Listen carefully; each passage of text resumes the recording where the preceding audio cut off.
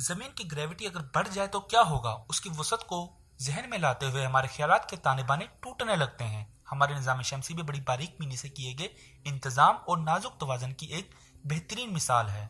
زندگی کے اتار چڑھاؤ گریوٹی کی طرح ناگزیر لگ سکتے ہیں، لیکن کسی نہ کسی طرح 2023 معمول کے مطابق بدتر محسوس ہوتا نظر آ رہا ہے۔ صرف ایک سوچے سمجھے تجربے کے طور پر کیا ہوگا اگر یہ سال واقعی اتنا عجیب ہو جائے؟ اس نے اس تبدیلی کا آغاز کیا کہ کشش ثقل یعنی گریوٹی ہماری زمین کو کس طرح سے متاثر کرے گی۔ اگر ہماری اپنی دنیا میں گریوٹی تھوڑی زیادہ مضبوط ہوتی تو اسپیس ٹائم کا گھماؤ زیادہ ہوتا اور مادہ آسانی سے گر سکتا تھا۔ یہ ترتیب ستاروں، کہکشاؤں اور سیاروں کو ہماری حقیقت کے مقابلے میں انتہائی گھٹیا بنا دے گی۔ نہ صرف ہمارے پاس زمین پر جگہ کم ہوگی بلکہ ہمارا سورج اپنے جوہری ایندھن کو بہت تیزی سے ختم کر دے گا، یعنی ارتقاء اور خود زندگی ختم ہو جائے گی۔ سورج کو جتنا بڑا ہونا چاہیے وہ اتنا ہی بڑا ہے۔ زمین کو سورج سے جتنی دوری بنانی چاہیے زمین اتنی ہی دوری پر ہے۔ زمین کے چاند کا موجودہ سائز یہ بالکل پرفیکٹ اور اس کی اور زمین کے درمیان دوری بھی اتنی ہی ہے جتنی کہ ضروری ہے۔ یہی بات ہے کہ اگر گریوٹی کمزور ہوتی تو زمین بہت بڑی ہوتی اور اس کی شکل عجیب یعنی الو جیسی ہو سکتی تھی، اور اپنے سیارے کی سطح پر چلنے کے بجائے ہم خود کو باسکٹ بال کے کھیل میں ریباؤنڈ حاصل کرنے کے لیے کھوتے ہوئے صرف اتفاقی طور پر اوپری فضا میں یا ایک چھوٹے انسانی خلائی اسٹیشن کے طور پر دنیا کے گرد چکر لگاتے ہوئے پا سکتے تھے۔ یہ بات کافی تباہ کن ہے۔ اس صورتحال کے کسی بھی پہلو پر سوچتے ہوئے کوئی بھی سائنسی رائے پیش کی جا سکتی ہے، مگر ایک واضح اور کھری بات یہ ہے کہ انسان اس صورتحال کو زیادہ عرصے تک جھیل سکے گا تو گریوٹی بہت ہی مختلف طریقے سے کام کرے گی۔ اگرچہ ہمارے پاس اب بھی آئنسٹائن کے عمومی نظریہ اضافیت میں اسپیس ٹائم کے گھماؤ کو نوٹ کیا جائے گا، لیکن اس طرح کے گھماؤ گریوٹی کی قوتیں پیدا نہیں کریں گی۔ اس طرح کی چپٹی کائنات کے لیے ہم اس کی بجائے اسکلیریشن گریوٹی رکھ سکتے ہیں، جس میں نیوٹن کی گریوٹی کی وضاحت حتمی لفظ ہوتی ہے اور بلیک ہولز کو سائنس فکشن میں شامل کر دیا جاتا ہے۔